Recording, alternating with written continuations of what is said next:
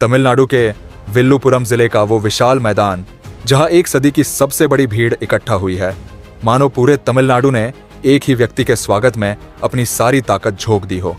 हर तरफ एक ही नाम गूंज रहा है, विजय थलापति। कहीं विजय के झंडे लहरा रहे हैं तो कहीं उनके पोस्टरों के साथ लोग उनका जोशीला समर्थन जता रहे हैं। यह नजारा किसी फिल्मी सीन से कम नहीं है, पर इस बार विजय किसी फिल्म में नहीं बल्कि असली जिंदगी में तमिलनाडु के लोगों के दिलों में एक सच्चे नेता के रूप में उतर रहे हैं। क्या ये विजय का असली जननायक बनने का पहला कदम है? क्या विजय सिर्फ एक सुपरस्टार है या फिर वह तमिलनाडु की राजनीति में एक नया इतिहास रचने का इरादा लेकर आए हैं? जैसे ही विजय मंच पर आते हैं, पूरा मैदान गूंज उठता है। तालियों की गड़गड़ाहट और थलापति विजय के नारे आसमान में गूंज रहे हैं। विजय ने अपने इस भाषण में सिर्फ अपने स्टारडम का जादू नहीं बिखेरा, बल्कि उन्होंने पेरियार और बाबा साहेब जैसे महान नेताओं के विचारों का समर्थन करके यह साफ कर दिया कि वह तमिलनाडु की अस्मिता और न्याय के लिए एक नई राह पर चलने वाले हैं। यह सिर्फ एक भाषण नहीं बल्कि एक नए युग की शुरुआत है, जहां विजय तमिलनाडु के हर वर्ग और समुदाय को उनके अधिकार दिलाने का वादा कर रहे हैं। इस वीडियो में हम उस हर पहलू को विस्तार से जानेंगे जो विजय ने अपने इस ऐतिहासिक सम्मेलन में उजागर किया। क्या है उनकी असली मंशा? क्यों बाबा साहेब और पेरियार के विचारों को अपनाने का फैसला लिया? क्या विजय अपने शब्दों से उन सबके दिलों को जीत पाएंगे जो सामाजिक न्याय और समानता के हक में है? और सबसे बड़ा सवाल, क्या विजय का यह कदम तमिलनाडु की राजनीति को पूरी तरह से बदल कर रख देगा? तो जुड़े रहिए हमारे चैनल एम.आर. अंबेडकर के साथ और जानिए कि विजय थलापति का अनुमानित तौर पर 4 लाख से भी ज्यादा लोग शामिल हुए थे। विजय की लोकप्रियता और तमिलनाडु के हर कोने से आए लोग इस बात का प्रमाण है कि वह सिर्फ एक फिल्म स्टार नहीं बल्कि तमिल अस्मिता और द्रविड़ विचारधारा के असली चेहरा बन रहे हैं। उनका यह कदम तमिल अस्मिता को पुनः स्थापित करने और तमिलनाडु की राजनीति में समाज के हर वर्ग को समान अधिकार दिलाने का संकेत देता है। वह जिस अंदाज में लोगों से मिले, उसमें एक फिल्मी हीरो के बजाय एक सच्चे जननायक की झलक देखने को मिली। अपने भाषण में पेरियार के सिद्धांतों को अपनाने का संकल्प लिया।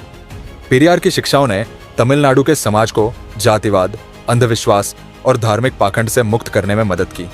परंतु विजय ने पेरियार के सभी सिद्धांत नहीं अपनाए, विशेषकर उनका नास्तिकता वाला दृष्टिकोण। विजय जानते हैं कि राजनीति में कदम रखते ही उन्हें हर धर्म और हर वर्ग का समर्थन चाहिए, इसलिए वह पेरियार के उन विचारों को अपनाते हैं जो सामाजिक न्याय, समानता और मानवता की बात करते हैं।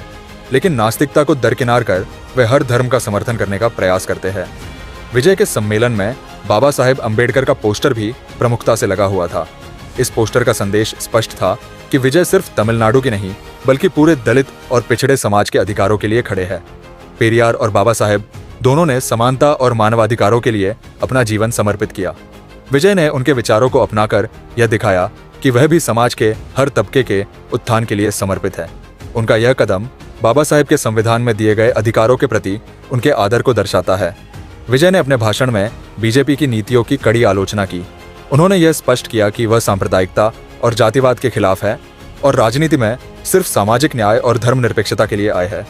विजय ने जातिगत जनगणना का समर्थन करते हुए कहा कि इससे समाज में पारदर्शिता आएगी और हर समुदाय को उसका हक मिलेगा। उन्होंने यह भी कहा कि बीजेपी की नीतियां आम आदमी के हित में नहीं है और वह तमिलनाडु को धार्मिक आधार पर विभाजित करना चाहती है, जिसे वह हरगिज बर्दाश्त नहीं करेंगे।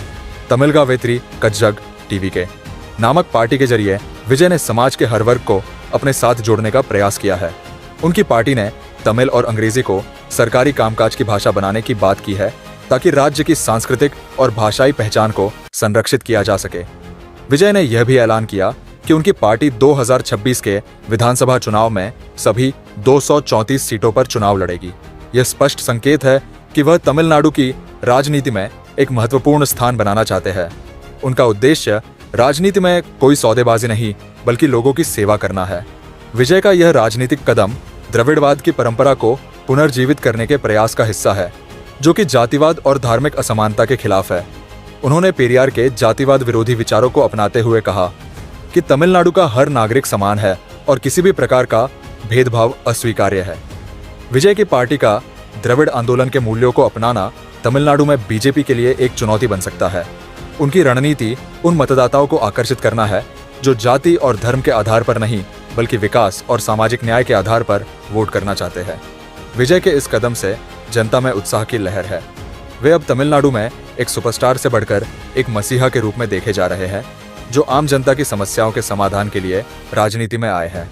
लोगों का यह विश्वास कि विजय सिर्फ एक नेता नहीं बल्कि एक सच्चे जननायक है, उनके लिए चुनावों में बड़ी जीत का मार्ग प्रशस्त कर सकता है। उनका यह कदम उनकी फिल्मी छवि को भी एक नई दिशा में ले जा सकता है। विजय थलापति का यह राजनीतिक कदम एक नए युग की शुरुआत है। उनके विचार और कार्य स्पष्ट करते हैं कि वे जातिवाद, धार्मिक असमानता और सांप्रदायिकता के खिलाफ है।